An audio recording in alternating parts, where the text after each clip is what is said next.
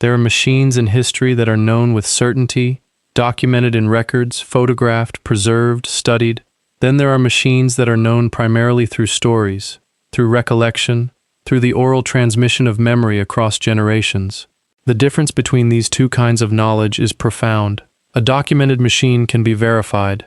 A machine known only through story cannot be verified in the same way, exists in a different ontological category, occupies space in collective memory, but not necessarily in historical fact. The locomotive whose story this is, occupies that uncertain space, existing clearly in the memory of people who claim to have known it, spoken about with confidence by men who had worked with it or seen it, but resisting all attempts to verify its existence through documentation. The locomotive became, over decades of telling and retelling, more vivid in imagination than it ever was in the historical record, a machine that achieved a kind of legendary status through the very fact that it could not be definitively proven to exist. The locomotive in question supposedly ran on a narrow gauge line in the American Mountain West in the early 20th century. The details of the story varied depending on who was telling it, but the core narrative was consistent. The locomotive was unconventional in some way, either in its design or in its performance, or in the specific role it played in the mining or logging operations that the railway served. The men who worked with the locomotive remembered it with affection, and with a kind of reverence that suggested the machine had been exceptional in ways that were difficult to articulate precisely. The locomotive was powerful, the locomotive was reliable, the locomotive was willing, in the way that machines can be willing in the stories that men tell about them, to do things that other locomotives could not do or would not do. The specificity of the stories gave them credibility. Men would mention the locomotive by name, would describe specific incidents in which it had performed, would talk about the men who had operated it and maintained it. The stories circulated through the community of railroad enthusiasts, through the informal networks by which railroad history is transmitted when formal documentation is absent. The locomotive accumulated a kind of historical presence through the telling, became a known quantity in the memory of people who cared about railroad history, became part of the historical record in the only way that machines without documentation can enter the record, through memory and story.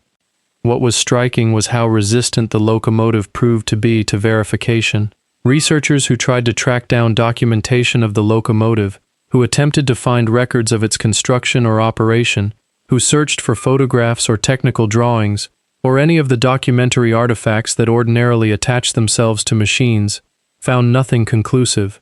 They found references that might have been to the locomotive in question, or that might have been to a different machine. They found records of the railway that supposedly ran the locomotive, but those records were incomplete and did not clearly document the specific machine. They found men who claimed to remember the locomotive, but their stories, when checked against each other and against the fragmentary documentary record, often contained inconsistencies or details that could not be independently verified. The possibility emerged through the research and the attempts at verification that the locomotive might not have existed at all, that it might be a composite of several different machines, that the stories that had been told and retold might have gradually transformed the memory of what had actually been present into something that had taken on a life of its own in the realm of imagination and collective memory.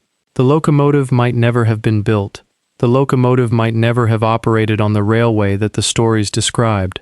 The locomotive might be entirely fictional, a product of the storytelling tradition by which men who had worked with machines talked about their experience. But the evidence of non-existence was no more conclusive than the evidence of existence. There might have been a locomotive, but it might have left no documentary record, might have been scrapped without documentation, might have disappeared from memory and record in ways that left only the stories. The documentary silence could be interpreted as evidence of absence, or it could be interpreted as evidence of the contingencies of preservation and documentation. Machines are lost to history all the time, machines that existed and operated and then disappeared without leaving clear traces in the record. The locomotive might be one of these machines, lost not because it never existed, but because the mechanisms by which machines are documented and preserved failed to capture it. What emerged from the attempts to verify the locomotive was a recognition that there was no way to definitively answer the question of whether the locomotive had existed. The stories could not prove existence. The absence of documentation could not prove non-existence. The locomotive occupied a space between fact and fiction, verifiable and unverifiable, real and imaginary. In that space, the locomotive had taken on a different kind of significance than a machine that could be documented and verified would have. The locomotive became, through its resistance to verification, a test case in how history is made and how machines become part of historical memory. The documentary record is not neutral. It preserves some machines and lets others disappear. The machines that are well photographed, well documented, well preserved by institutions are the ones that become part of official history. The machines that exist only in memory, only in the stories that men tell about them, occupy a different kind of historical space.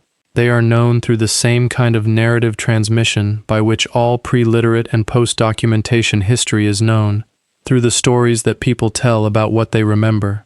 The locomotive that might not have existed became, paradoxically, more historically significant through its non-verification than it would have been if it had been straightforwardly documented. Because the locomotive could not be verified, it became a focus for questions about how we know what we know about machines, about how memory works, about the relationship between oral history and documented history, about what counts as evidence and what counts as proof.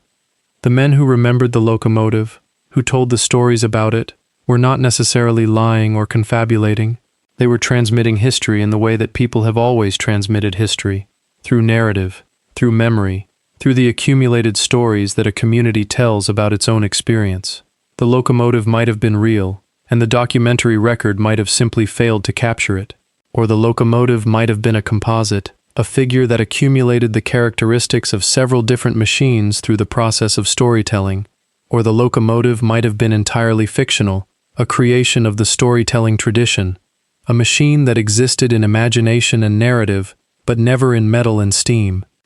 The uncertainty is, in a way, the most historically honest outcome, because the truth is that we do not know with certainty whether the locomotive existed, and the admission of uncertainty is more valuable than any confident assertion that cannot be supported by documentation. The locomotive remains, in the historical record, a machine that is known through memory and story, that cannot be definitively verified, that occupies the uncertain space between fact and fiction, where much of human experience actually resides, even if official history is reluctant to acknowledge it. The locomotive might have existed. It probably did, according to the men who remembered it, who spoke about it with the kind of confidence that comes from direct experience rather than from imagination. But the documentary record does not confirm it, and the absence of confirmation is, in the end, the only certain thing about the locomotive. It is known and it is unknown. It is remembered and it is lost. It occupies a space in historical memory that no documentation can fully clarify or resolve. That is the story of the locomotive that might not have existed, a machine known only through memory. A machine whose historical presence is dependent on whether we choose to believe the stories that men told about it. A machine that teaches us something about the limitations of documentation and the power of narrative in determining what becomes history and what becomes forgotten.